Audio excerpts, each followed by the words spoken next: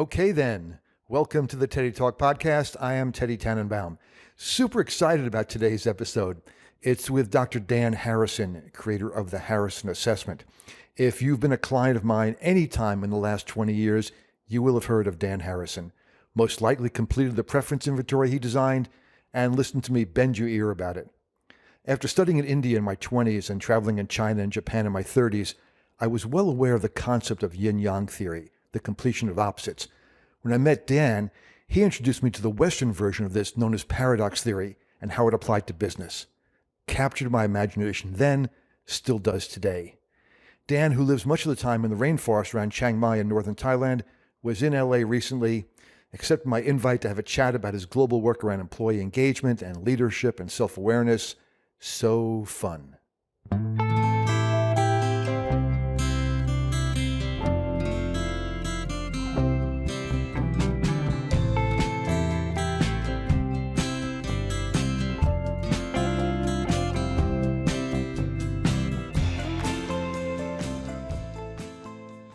Hello, everyone. This is Teddy Tannenbaum with another edition of the TeddyTalk podcast. Our theme is meetings with remarkable people, lessons in leadership and life. Today, it's my great pleasure to have with us Dr. Dan Harrison, both a colleague and a mentor of mine, long time.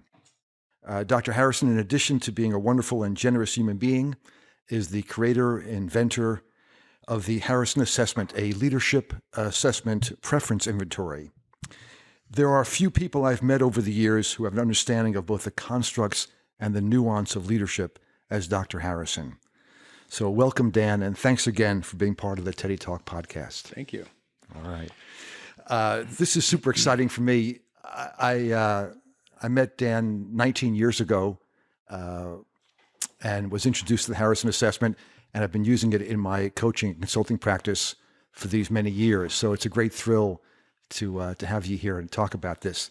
I thought we'd start to let our listeners get a sense of kind of your background, education, and kind of what brought you to getting involved in this leadership field.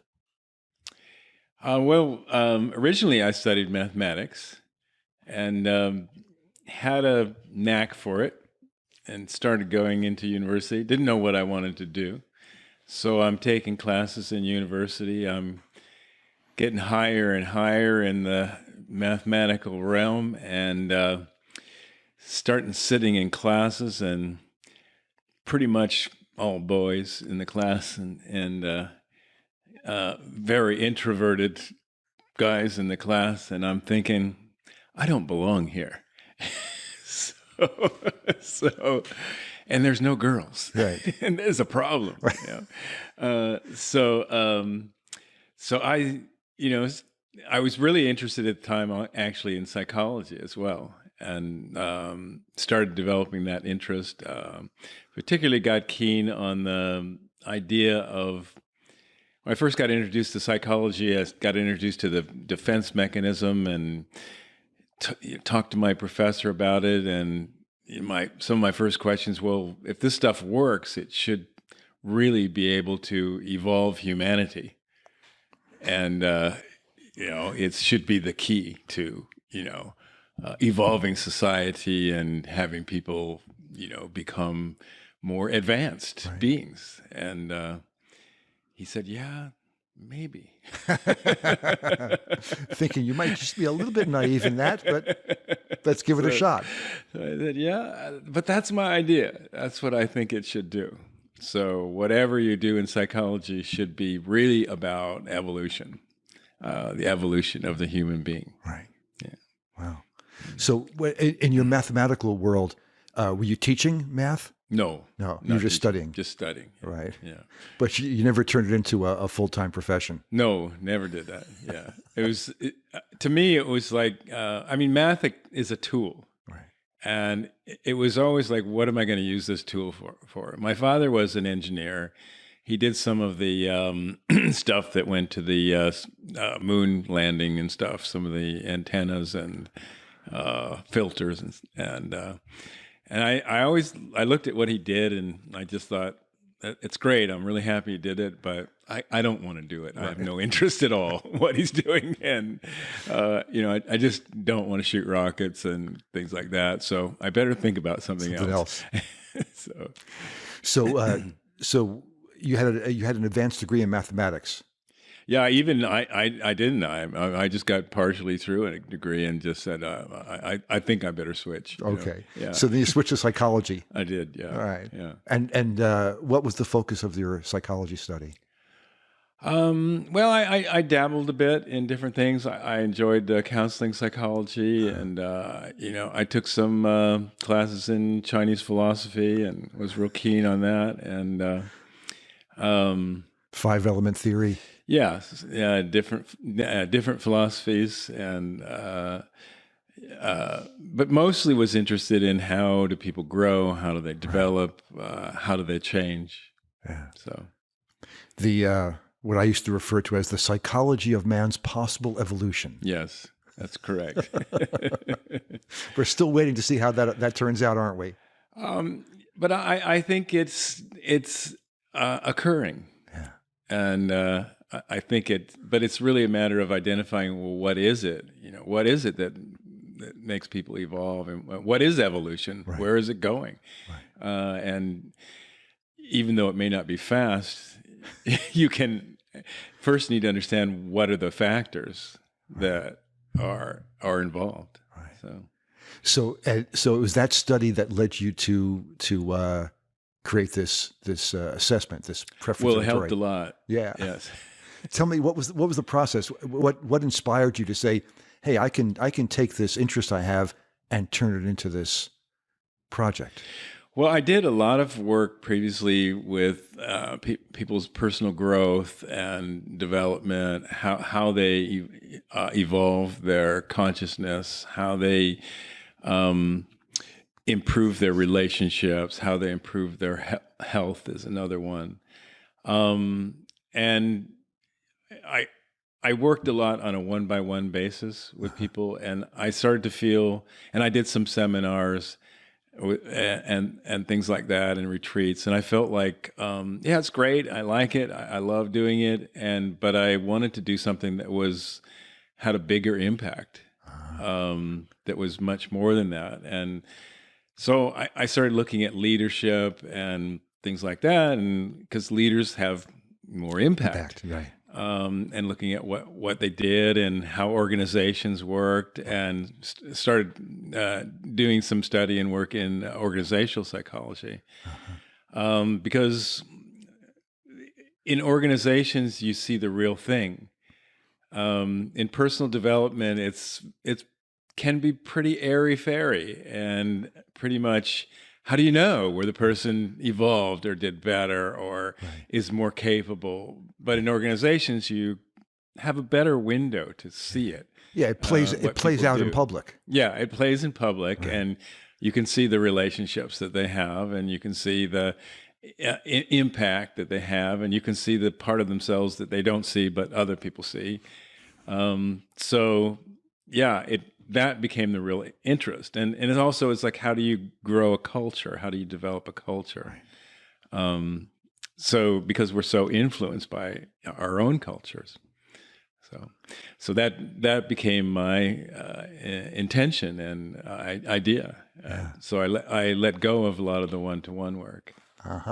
So in order to have a more global impact, right, to reach more people, right, and it sounds like also for potential transformation, right? Correct. Right. Correct. So this idea of an assessment that delved into all this stuff, that's a pretty wild idea. Well, I looked around at assessments, and I thought two things. One, I thought they don't work very well with personality assessments. They're just too superficial, right. And they're not really based on evolutionary factors. They're not really based on factors that really define a person's growth or evolution or development. They're more static. They're more static, and oftentimes there's the premise that people don't change, when obviously people do change. They grow from 5 years old to 6 years old, and there's a lot of change that goes on. We can call it maturity or whatever, but over a lifetime, there's a change in consciousness. People get better at relationships with other people. So you can see there's change happening, and there's development happening.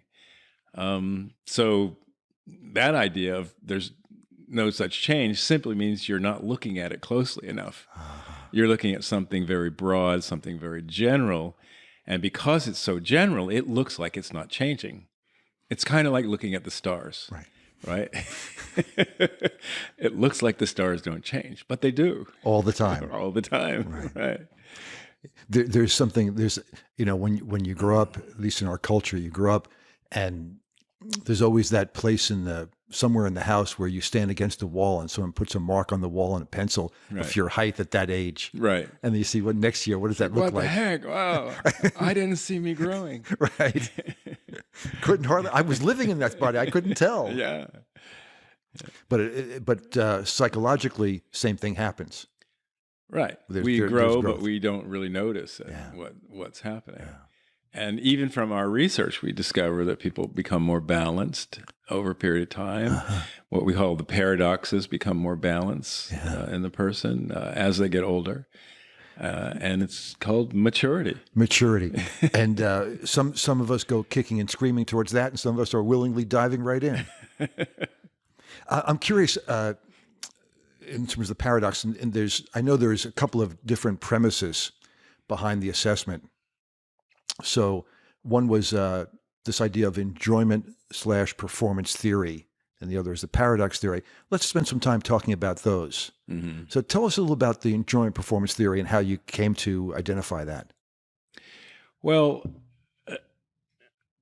one thing I always felt is that when people do something that they love doing, it's just healthy. It's just good for them, and it changes their spirit. It changes their whole feeling of life. It helps their health. It's just a really positive thing. Right. And incidentally, they perform better in a company or a job when they do something that they like doing. So that was a real premise that I had, that, hey, you got to get people in doing something that they enjoy, that they really like. And so that was the basis of that theory. And there's some research around that. I'm trying to recall exactly what it was, around 75% of person's happiness if they're doing things they like. Do you? Yeah. Well, what we discovered is that you have to enjoy about 75% of your job in order to keep going well and probably be recognized as having any success. Right. and expertise. Yes, right. Yeah. So it leaves that 25% where you can just be, have to deal with something you don't particularly care for. Suck it up and just do it, right? Because you got to get it done, and we need it. So get off it, and we don't care if you like it, But if you like 75%, that's good enough. It's good enough, right? There's, both of us work in organizations, majority of our professional life, and I notice all the time, you can see who's happy and who's not, right? When you dig a little deeper, you realize that, I like what I do. Right. If I like what I do, I'm going to be pretty good at it because I'm invested in it. Right. It's not work. Right. It's not work. It pulls in the whole discretionary effort. So, we talk about engagement in organizations, and people are engaged or not. Well, why are they engaged? Because they like what they're doing. Right. There's nothing complicated about it. And, people make it much too complicated, much too difficult. If you like what you're doing, you're going to be engaged. Right. You're not going to worry, oh, my God, it's 5 o'clock. Let me get out of here. Why? I'm having a good time. Right. It is tough when you see people in organizations who are not happy, don't enjoy what they're doing, and they can become clock watchers. It's difficult. It's difficult for them, and it's difficult for all the people around them. Right. Right. It's like, and the organization doesn't get helped either. Right.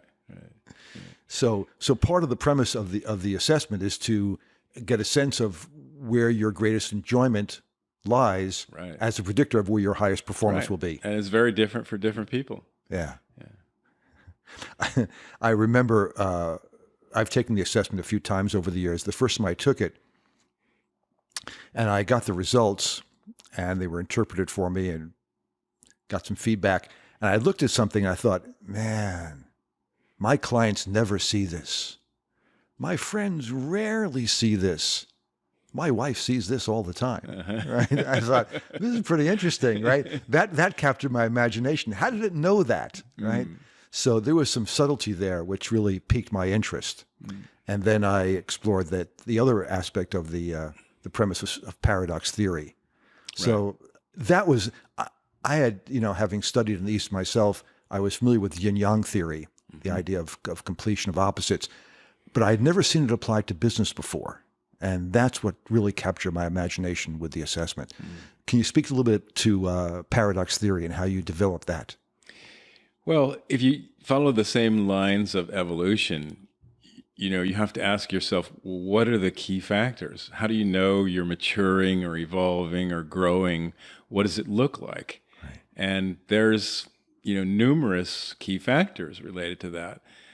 For example, one key factor is people begin to think more independently, and they think in terms of truth. So in our culture, we're very influenced by what other people think, and we're very influenced by what other people believe because we want to fit in, and we want people to love us. And so we tend to believe what they believe, and we don't want to get too far out of step with what other people believe or what other people think, because then we're, not part of the group anymore. Yeah, rogue behavior. Yeah, and the problem is that the group consciousness isn't necessarily very high. And so they may not see things. In other words, you tend to become more average, right? And what we're looking for is evolution or becoming, more extraordinary beings. And so the drag on that is this feeling of, okay, I've got to fit in. So what happens when people grow or they evolve, they become less needy to fit in with other people's ideas or the culture or the beliefs or whatever. And at the same time, they start looking at beliefs and things as stepping stones rather than a fixed thing that I want to hold on to, that I need to feel comfortable with. And so they become truth explorers. And so they explore the truth. And it's in business, it's an obvious thing. You can, as a leader, you can hook on to something and try to look good and try to look confident, try to look like you know what you're doing. Fake it till you make it. Or you can take a different approach and say, well, let's find out and let's explore and let's, find something until we keep going. And okay, you don't look so magnificent, but the fact is you do better, even in the organization, and the organization does better. And the other way that people deal with it, the opposite way that people deal with it is, well, I don't know, and I don't want to say anything, and I don't want to present any of my ideas because, well, people might not like it, right? Or might judge me negatively. And I don't look good, right? So that's the opposite side of it. So, part of it is, okay, looking at things, exploring things, looking at new ideas, being willing to take on different perspectives and learn from those perspectives and grow in consciousness, essentially. And that's what a leader should do, right? Because where are they leading you otherwise? Yeah. Right? They're leading you down a path that may not be that truthful or may not be that clear, right? It may be subject to their own biases. Right. That if they're not willing to explore better points of view, more enlightened points of view, then they tend to get stuck and be fairly narrow-minded in their own point of view. Right. And if we understand psychology, we know that people are very emotional beings. Right? They want to grab onto things and hold views. And in our education, we're trained to be logical and all those things. But the reality is what's going on underneath is very emotional beings. And that's how they operate. Instead of really looking for the truth and objectivity in different issues or in relationships for that matter as well. Relationship is not an easy thing. You have to really be objective, even in marriage, right? You have to be objective Right. and look for the truth in different things and explore things. And that's how you work out relationships. So as a leader, that's one of the key things that you have to do is work out relationships. Yeah. And be willing to work out those relationships. You have to be willing to explore those opposing points of view. Right. Right. Right. So let's a little bit more on the paradox. Some of the other key paradoxes from the work that you do, especially in regards to leadership, some of the things that you've observed over the many years you've been doing this, and how those different factors of the paradoxes show up. And then we'll talk a little about also the those flips, right, when the shadow syndrome kicks in. Right. Well, I mean, one of the things you have to do as a leader in an organization is you have to inspire people to grow and develop, and you have to hold them accountable as well for what they do, because organizations are about getting results. And it's a big challenge for many people to do that. First of all, the inspiration part is one part, but the other part is, okay, you have to hold people accountable and say, okay, this is the results. So you have to be willing to not be the good guy all the time, and you have to be willing to have people not like you, and various things like that. Right. That's tough for some people. Who want to be they want to be liked. They want to please others. Right. Right. And on the other hand, you can't go be the scary guy that, intimidates others and all that stuff, because that doesn't work either. Right. So it's the paradox of, okay, having relationship, building the relationship, keeping the relationship, but at the same time holding other people accountable for what they do. And that's a really big challenge to do that. Yeah, it goes back to also the idea of our beliefs affect our behaviors, right? If you believe that, well, if I'm a nice guy or a nice gal, then I'll get better results that way, then you're going to go out of your way to be perceived as someone who's really nice. Mm-hmm. And then you're going to be pretty disappointed when people don't respond in kind. Right. Yeah. That's one of the things I've seen is that, especially in regards to feedback and accountability, when I've worked with teams, people are really interested in getting feedback.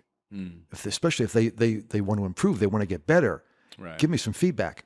But when it's their turn to give feedback, they're quite hesitant. Right. Because they don't want to offend others. Right. Right. And that presents a challenge. Right.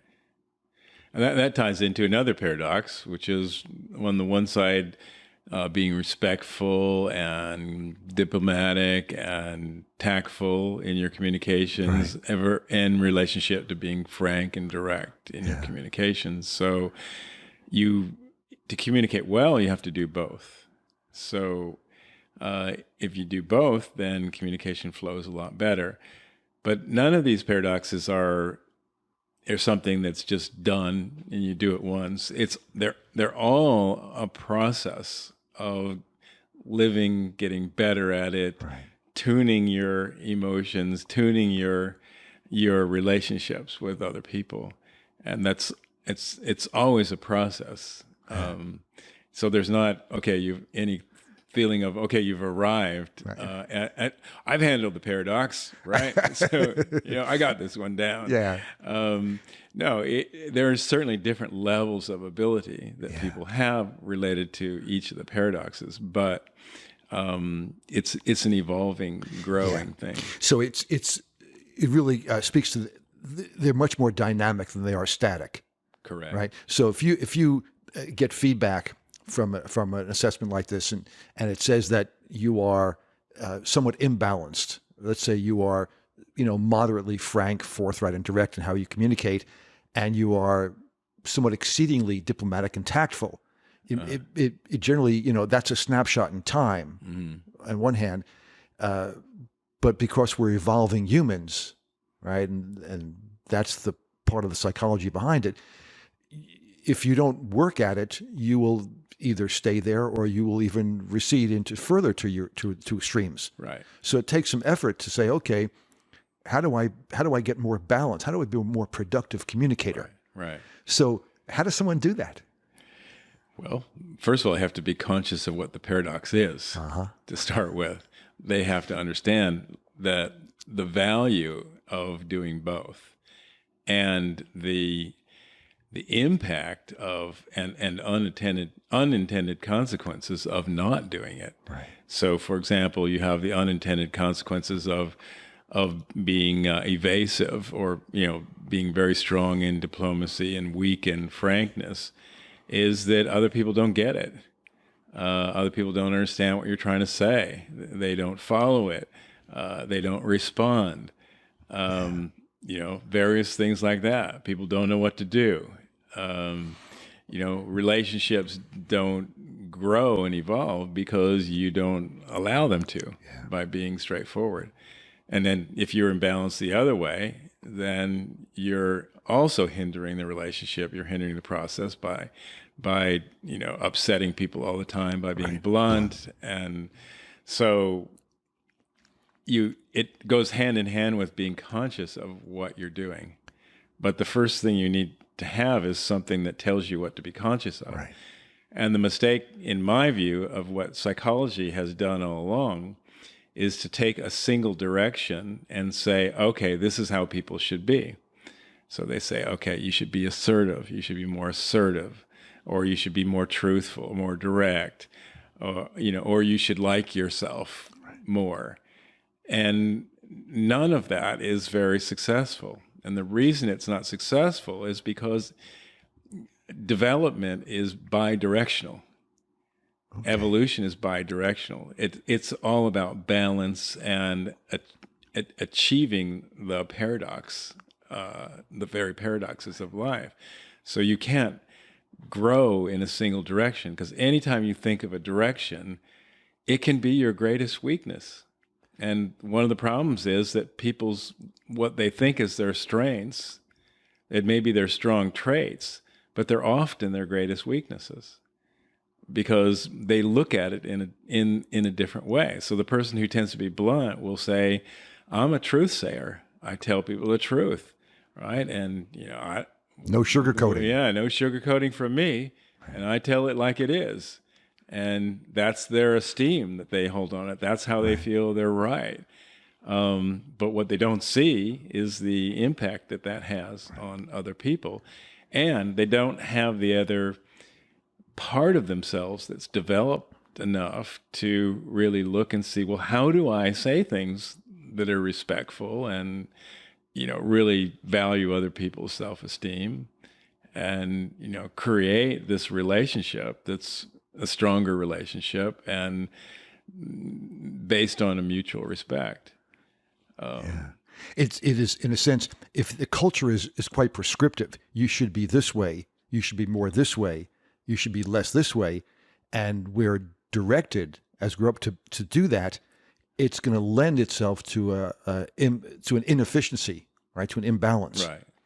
So what you're saying is, no, you got to have a snapshot to see how you're perceived, right? And be willing to look at that and say, Ashraf, is there a value in being more balanced here? Mm-hmm. Am I willing to confront the idea that I say it like it is? I'm not sugarcoating it. I'm being truthful. Is there a willingness to look at that and go, this might have an adverse impact on the people I interact with? Right. Well, if you tell people who are blunt not to be blunt, you should stop being blunt, they'll say, well, what do you want me to do? Lie? Right. Or they'll just shut up. That's right. The other thing. I can lie or I can shut up. Right. But the problem is they don't have the other skill development. So it's a matter of looking at the skill, which makes that truthfulness a positive thing. Because as soon as they develop that other skill, that truthfulness becomes a positive thing. It becomes a great asset to the person. Right. But it's not an asset unless they have the balancing factor for it. Right. Yeah. Some of the clients I've worked with over the years, because of the way we grew up, especially in the West, we think these things are like on a pulley. instead of being mutually exclusive. So I think, well, if I'm quite frank, forthright, and direct, and I believe that's a good thing, and I lack some diplomacy because I don't want to sugarcoat things, and you tell me you need to be more diplomatic so you can have balanced efficiency, my mind tells me, well, if I increase my diplomacy, my frankness will go down, and I depend on my frankness. When actually, in fact, paradox theory is that both can coexist. Right. So one of the most important things to really get a person to grow is to understand the price that they're paying by the unintended consequences that are occurring. And sometimes that's polling other people and, understanding, getting feedback from other people. Or sometimes that's just contemplating it themselves to see, well, what is the price? I'm imbalanced, and how is that screwing me up? Right. So, yeah, I'm thinking about a number of clients over the years who were in the one of the paradoxes that you brought to bear was the delegation paradox around authoritativeness and collaborative. So authoritative being obviously willing to make decisions and accountability, collaboratives including other people. And I've worked with people who are, quite authoritative, and they lack some collaborativeness. And they think that's normal because that's how they are. So then we do a 360 feedback for them, where we get input from people in their 360 degree of their purview, of their world, and it comes back, you're not very collaborative. So here their assessment, which they filled out, says, well, I'm not very collaborative. And now they get the validation from others. They go, okay, maybe this is worth exploring. Right. So it's always interesting to get that kind of interaction going. Yes. And pull the veil back. And the problem is when you're a leader, nobody wants to give you bad news. Yeah. Because they don't want their head chopped off. That's right. Right. So, certain leaders are like that. They want to position themselves as leaders. Well, even if you're not going to chop their heads off, they're still worried. Yeah. Who wants to say the emperor has no clothes? Yeah, my one of my friends, who was really high self-acceptance and low self-improvement, I told him, well, this will often be perceived as being defensive. And he says, I've never heard anybody complain.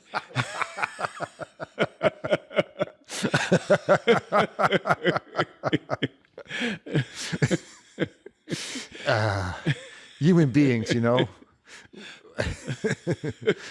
we are. I remember one of my teachers years ago said, people talk about the missing link between ape and man, and he says, no, man is the missing link between humans and the possibility of what we can be. Right. Exactly. Well, another really interesting paradox is what I call the self paradox, and that's the self-acceptance as related to self-improvement. And psychologists have always told people, okay, you just like yourself, love yourself the way, and all stuff. But it doesn't work well, because oftentimes people will flip into being arrogant as a result of that, and that's a problem in itself. Yeah. In our world, people have this sort of sense of, they look around and they see who they're better than, right, and who they're worse than. And when they see people who they feel they're better than, it feels good. Yeah, I got that one. I'm a notch above that one. To feel one. better than, right? And then when they see people they feel worse than or less than, they feel bad. They feel bad about themselves, right? And this is an evolutionary issue, because in truth, if you see somebody who's better or does better than you should be inspired by them, right? And if you see someone who you feel does worse than you or less than you should be supportive of them, right? I mean, that's the healthy way to look at it. It's not a matter of who's better, who's worse.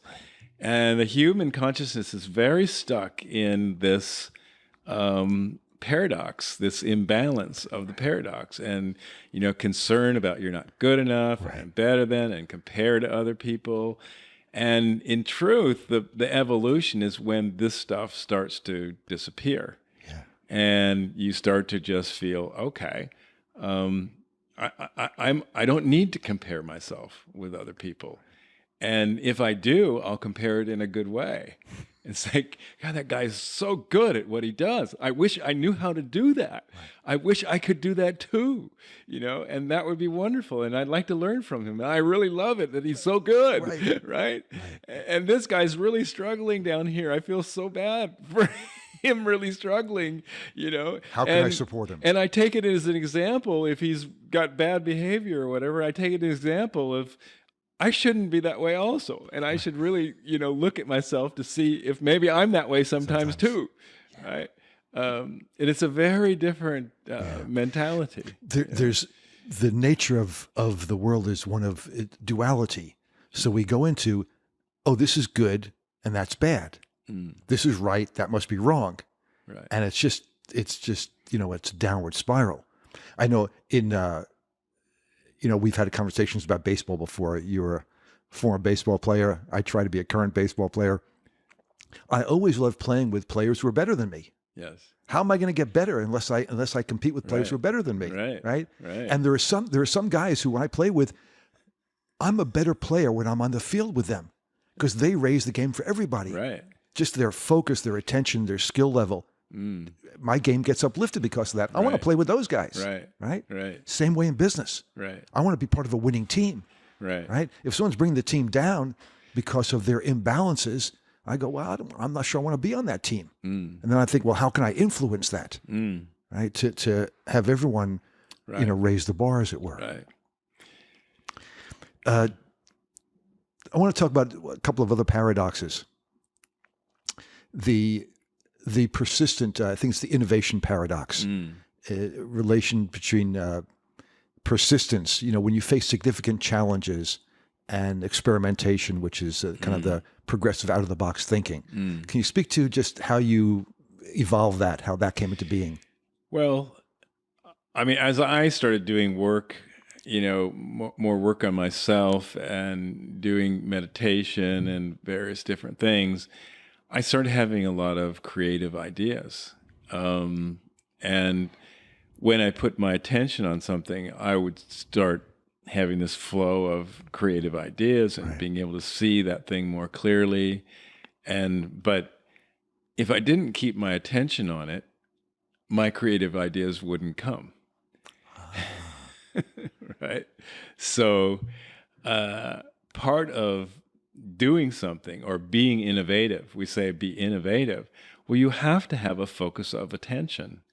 You have to stick with it, to keep your mind on that, to keep your thought on that, and persist on that until you start to break through and truly understand it and truly see the issues around it. And from my view, that's what innovation is. It's this combination of focus or persistence with allowing your mind to be free enough to take different thoughts, different ideas, and be open to something new about that thing that you don't know, which ties into the first one I was talking about of I know I don't know is being open to explore. Right. So that with those two things together, you start to really have a deeper innovation, because in modern life, things are pretty complex. Yes. Right. And there's no, rigid thing about it. And even in organizations, we look at something and we explore, we try something, we put a structure in place. And if we hold our mind on that and say, okay, is that the right thing? Is it the best thing? And maybe I tweak it this way or tweak it that way, then you're evolving something. Whereas if you just say, okay, this is the way it is, we're going with it, we don't change anything, we don't adjust anything, then there's no innovation happening. Right. So to me, innovation is not just inventing things. It's just a constant process of life and evolving the quality of whatever it is that you're doing. Yeah. I have this image as you talk about it, that of here's this baseline of this creative thought process, and then if you try to manifest that, you may run into some obstacles. So then your persistence comes in to have to stick to it. And that allows you to then say, okay, what's the next level of experimentation? Right. And then when I meet challenges there, do I work my way through those things? And I see this kind of evolutionary building until I have this balanced efficiency around those two things. And if you think about it, that's how inventions happen. Yes. You know, somebody starts looking at a subject, an issue, and saying, okay, I would like to try to, do something with this. I build an airplane, or, create a energy generator or whatever, a battery, and it evolves over time, doesn't it? But that's only because somebody has their attention on it, really exploring the details of it, trying new things, trying, different options and approaches, and continually doing that, persisting with that until it evolves. Right. And that's what invention or innovation is about. I love it. Yeah. For those not familiar with the actual instrument, each of these paradoxes, Dr. Harrison has created a kind of a proverb to encapsulate the balanced efficiency of the yin and yang traits. And I just find them just provocative and fascinating. For the innovation paradox, for example, I think it's someone who is a tenacious inventor who has a balance between persistence and creativity believes that one of the keys to success is to have focused determination while letting your imagination run wild. I'm so curious how, I know you've studied in the East as well, but how you came upon these proverbs, or I call them proverbs, these different quotes and sayings that capture those balances. I just stumbled on them. Even better. It's really a matter of contemplating the issue myself and exploring those issues, exploring those paradoxes, and really, looking at what it is, and slowly getting it. They just kind of evolved for you. Yeah, I love it. I have in my work, especially in my coaching work, people are, coaching is to understand your present situation in order to set the stage for future improved performance. And it inevitably involves behavior change, right? So this is our willingness to change behavior, because the behavior that I'm exhibiting is perhaps not getting me what I want. So clarity on what you want, and then what behaviors are helping me get there, what behaviors are hindering. So when I work with people on behavior change, it's not as simple as you were saying earlier. You should like yourself more. Right. It doesn't really help. It doesn't help. Right. I'm going to pat myself. Pat myself on the back, pat myself on the chest, Oh, you're a good boy. Right. Or you should be more persistent. I'm going to try harder. But, it's... you can't. You can't, right? So there has to be some kind of a process to change behavior. In my world, what I observe is that it starts with understanding the belief that created that behavior. Yes. And when I look at the assessment and all the information contained therein, there are beliefs underlying those balanced efficiencies, like the belief that one of the keys to success is to have focused determination and let your imagination run wild. And that's a belief that not everybody has. So that becomes something that's aspirational for folks. Say, okay, I want to aspire to that belief. If I can have that belief, then my behavior will change, right? Same thing with the idea of how we hold the future, or optimism, and how we consider what the adverse impact of those plans or strategies are. Hope for the best, prepare for the worst. Right. What was it, Mel Brooks' line? Hope for the best, prepare for the worst. Life's a play, we're unrehearsed. Right. That's here we are. So how do you challenge those beliefs to say, I remember speaking with someone once about they were a naysayer. They were very good at being a naysayer, right?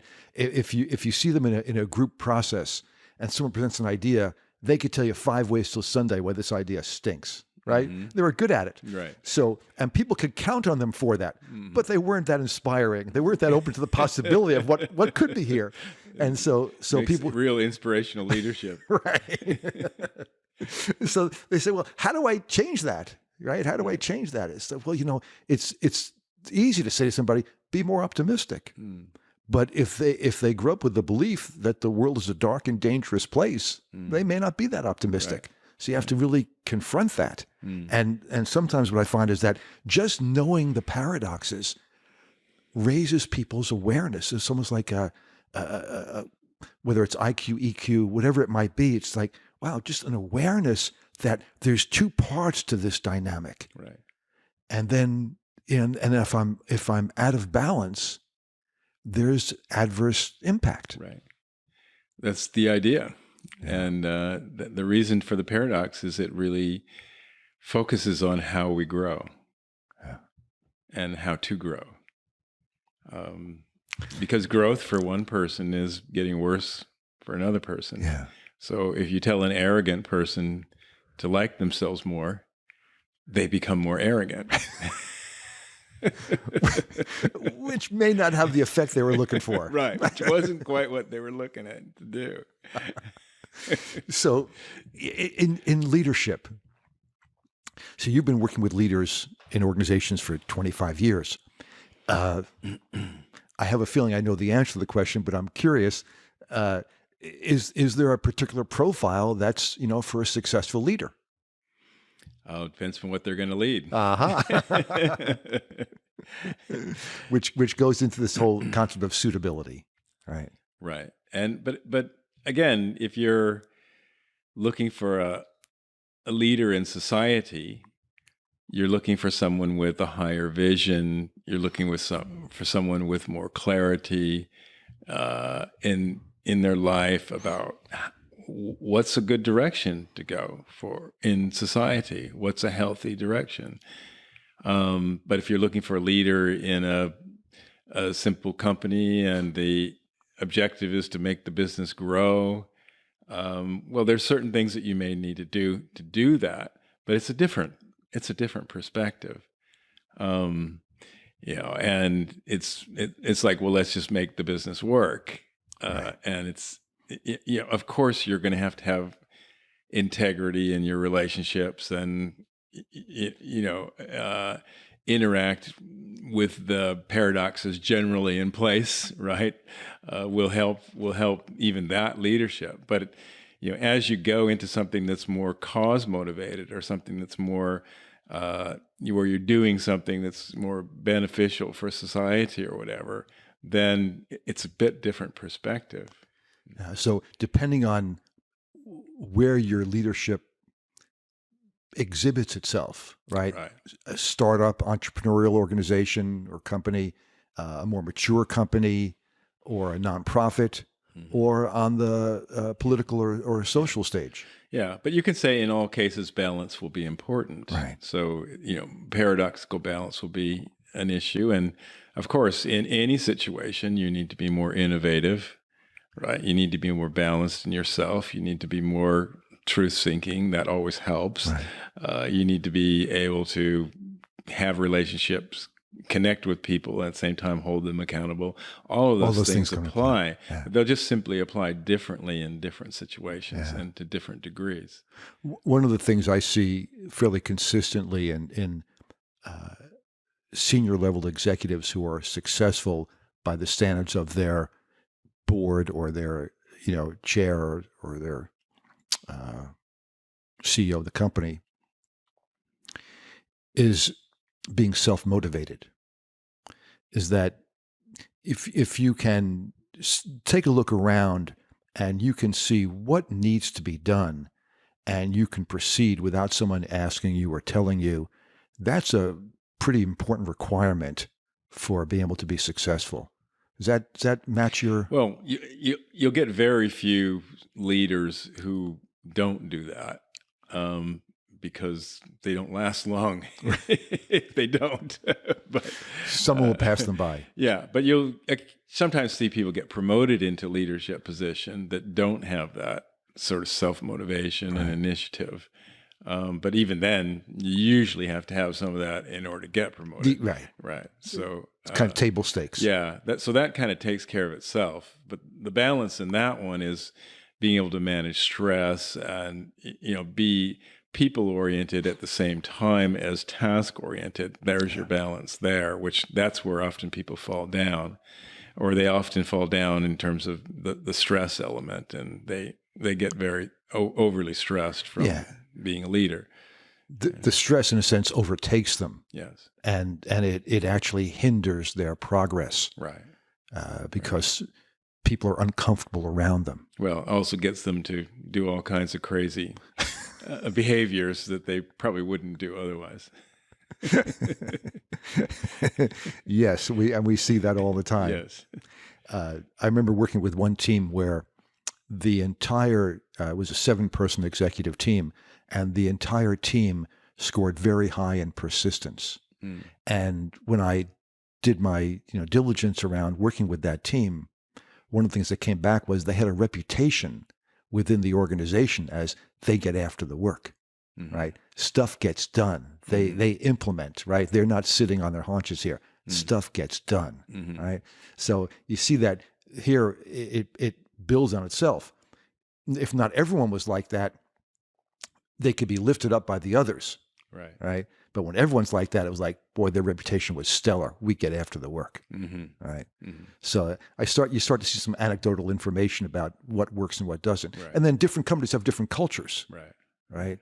If the culture is win at all costs, and everyone has a high tolerance of bluntness, well, you need to be pretty forthright to get through to those folks, right? So there's cultural implications as well. Yeah, well, that's a good example of win at all costs.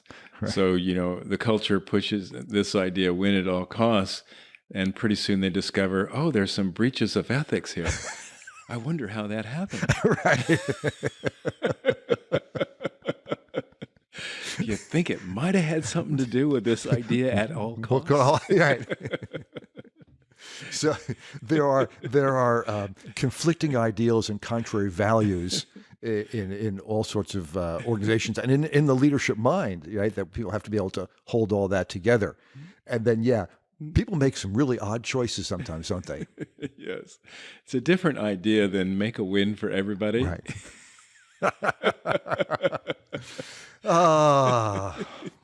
Yeah, growing up. Like, build win-win relationships, right? No, win at all costs. I remember Nike years ago had their mission or their vision or something, whatever, was to maximize profits for shareholders, right? Right. And well, if that's your mission, then that's pretty clear what you got to do, right? And then cut those wages. Right. We're wasting our money. That's right. And maybe move some people to part-time so that we don't have to pay the healthcare costs. Right. And then I don't know that that's necessarily Nike, but then Nike shifted its mission and it became something about to help athletes reach their peak performance, and with an asterisk saying that if you have a body, you're an athlete. And that was a much broader look at things and completely 180 from maximized profits to shareholders. That's interesting, right? Yeah. So even companies, as storied as they are, can evolve over time, or we hope so anyway. Right. Hey, I'm curious as we start to wrap this up. This has just been wonderful. We once had a conversation about people talking about 3-year plans, 5-year plans in organizations, and you said, yeah, we've got a 500-year plan. And so I'm curious because, as we talk about the psychology of evolution in this, and you keep referring back to that, can you give us a little insight into the 500-year plan approach? Well, the 500-year plan is basically you do what you can in your life to have your impact on, others, abilities, the best you can do to support other people in what you can do. And that goes on much longer than you actually think that it does. So if you think about, okay, what are you doing in your life to impact other people and to create a positive influence with other people, that goes on more than 500 years. Because whatever that is has a trickle-down effect. I remember things that people have done for me and said to me that, have a fantastic impact on me in my life. And, it doesn't take much, some person is kind, some university professor or, somebody, will be, just a generous, kind person, supportive person, which then carries you through. And even at the time, you may not think about it. I mean, I have a friend, I hadn't seen him for 45 years. Wow. And I met him and, I hadn't thought about it too much at the time, but I told him, you just had this incredibly positive impact on my life. And, you were just such a kind, generous person and healthy oriented person. And at a time that really had an impact on me. And I didn't even realize it until I'm much older. Wow. So. An unintended positive consequence. Yes. But I think anything we do with really, a good intent and consciousness about what we're doing has an impact. So when we do something that, helps people to grow, like the work you do, for example, you work with people, you do the coaching. I mean, the impact on that just goes on and on. It goes to their relationships, to their kids. It goes through. That's 500 years easy. right there. Yeah. And the reason why I say 500 years is because I think about it in terms of long-term human evolution. That's how I think of it. I don't think about, how do I make the business work? Of course, that's part of my job, right. but I think about it. Okay, how do I have the impact? What's my mission? What do I do? What do I say to people when we're talking about strategy or whatever and what we do? And we see different situations where you have to decide, well, what's the right thing to do? What's the ethical thing to do? What's the best thing to do in the relationships with the people that we have? And to the degree that we make good choices in those things has a better 500-year impact. Yeah. Beautiful. I'm going to take that. I'm going to let that just sink in and appreciate that, and appreciate you for stopping by to participate in this podcast. My pleasure. Yeah, it's great fun. Thanks, Dan.